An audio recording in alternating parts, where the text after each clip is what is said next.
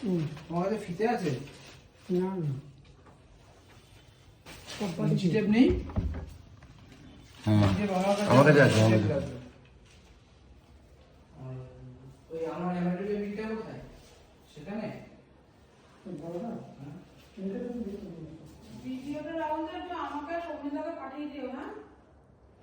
ঠিক আছে।